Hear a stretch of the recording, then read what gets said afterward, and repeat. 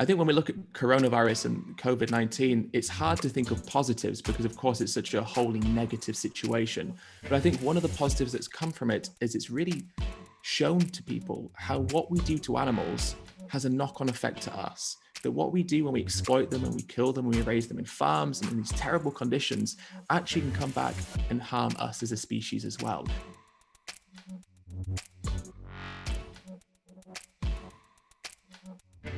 At the beginning of the pandemic, we didn't really discuss the links between consuming animal products and infectious zoonotic disease. But as the pandemic has progressed, not only have we discussed it more, but it's become more common knowledge as a result. It seemed to be a little bit of a taboo thing to say right at the beginning of the pandemic. But very quickly, when mainstream media, like articles from The Guardian, from the Washington Post, and from Vox, when they started talking about these links, all of a sudden it normalized the idea of veganism being a way to reduce the risk of infectious zoonotic disease into the future. And so if there's one good thing that can come from coronavirus is that it could have been much worse.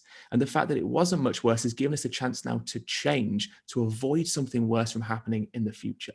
There is a silver lining in this COVID-19 pandemic, and I think there is. It's that it's shining a very bright light on many of our broken systems right now that need redress. And at the top of that list is animal agriculture, the ills of animal agriculture, the extent to which animal agriculture is creating massive environmental destruction and upheaval, the extent to which animal agriculture foments and creates these zoonotic diseases that we're seeing right now. These are broken systems. We need a new way. And we actually have a new way. It's right in front of us. We're all eating a plant-based diet. We're healthy. We feel good. There is a moment right now. There's massive widespread awareness of the ills of factory farming. And my hope is that this will be a nail in the coffin of an industry that needs to go away. We wouldn't have a pandemic if we were a plant-based society. Nobody would be dying of COVID-19 if we were in a plant-based society. It's a zoonotic disease. It jumped from animals to humans, likely bats to pangolins. And no matter what conspiracy theory they throw out there, the fact is that it was first spotted amongst people who had been at a retail slaughter market, a wet market in China. And SARS in the early 2000s was also spotted first at a wet market in China. And you have mad cow disease, you have swine flu, you have avian flu. These are all zoonotic diseases. So instead of calling slaughterhouses essential industries and the meat industry an essential industry, it is essential that we eliminate meat to prevent future pandemics. One of the biggest positives of lockdown is it's given us a real time for introspection. It's given us a time to reflect and be mindful of our position as individuals, but also as a collective on this planet.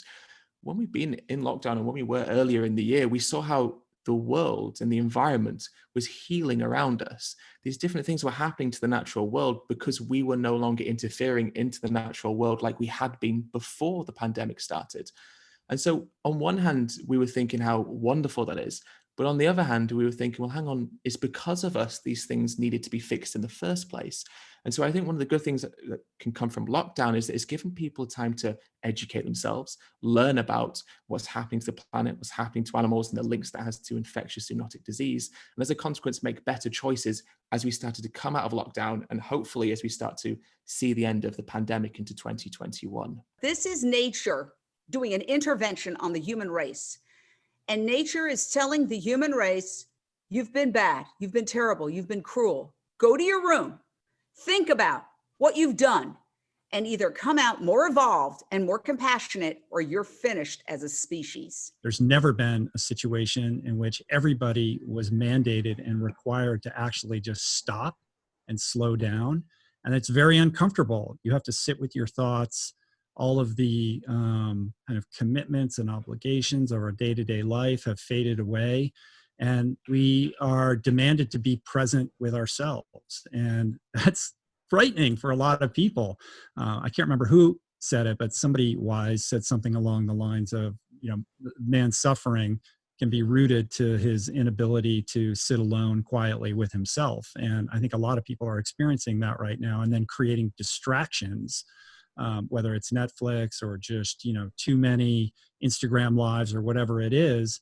And I feel like they're shortcutting themselves from this opportunity, which is to take advantage of this slowdown to more deeply connect with who you are. This is a time for all of us to do self-reflection. And I'm not coming up here, from up here. I'm a recovering alcoholic with 25 years of sobriety. I was kind of a junk food vegan, and now I'm eating super healthy as a result of the pandemic, because I want to use this as an opportunity for change too. So I'm eating superfoods and fruits and vegetables, and I get fresh vegetables delivered, which wasn't something that I was doing before. So this has to be a time for introspection and growth and evolution. Well, this is not the moment to just sit on the couch and eat Cheetos and wait until it passes. We have to remain physically active. We have to take care of this physical vessel, because we need our immunity to be functioning optimally. So should we encounter this virus, we're in the best position in order to combat it for ourselves. And for me, that means exercise, that means mindfulness practices, that means meditation. But of course, it also means diet.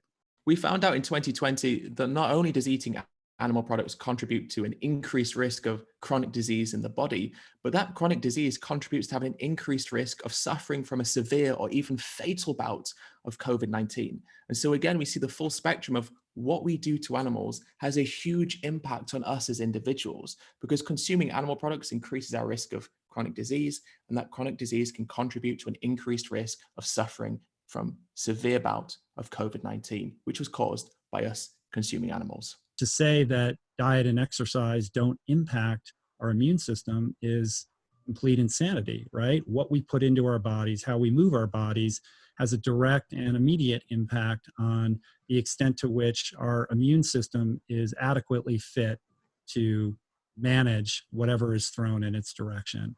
And by all indications, and I think you would agree with me, eating a plant-based diet, a whole food plant-based diet, puts you in a pretty optimal position in order to be your healthiest self should you come in contact with COVID-19. We're going to climb out of this wreckage of a pandemic and realize, oh no, if we want to avoid this happening again, we've got to get out of animal agriculture. It's too obvious now. The smart people can't pretend to not know. They have to know. We've all been struggling to get the environmentalists and the humanitarians and the people fighting world hunger and the people fighting for human health to realize that all of these problems have a commonality: animal agriculture. And now with the pandemic, it's really coming to the fore. And then if you combine that with the availability of alternatives that have never existed before in history, vegan mayonnaise, vegan meats, vegan cheeses, vegan milks, it's more than a tipping point. We've hit that. Now we're snowballing toward, I would say, a cultural realization. And the old thinking is going to have to go away. So people are questioning their diet. I mean, throughout this year, 2020, we've had so many reminders of why we need to question our diet. Though the wildfires in Australia at the beginning of the year, there's been the wildfires towards the end of the year in California, in Oregon, there's been the hurricanes, the droughts, there's been the pandemic, of course, and all these things are related and interconnected to how we live as individuals, how we eat, how we consume, what we buy, who we exploit in farms and slaughterhouses.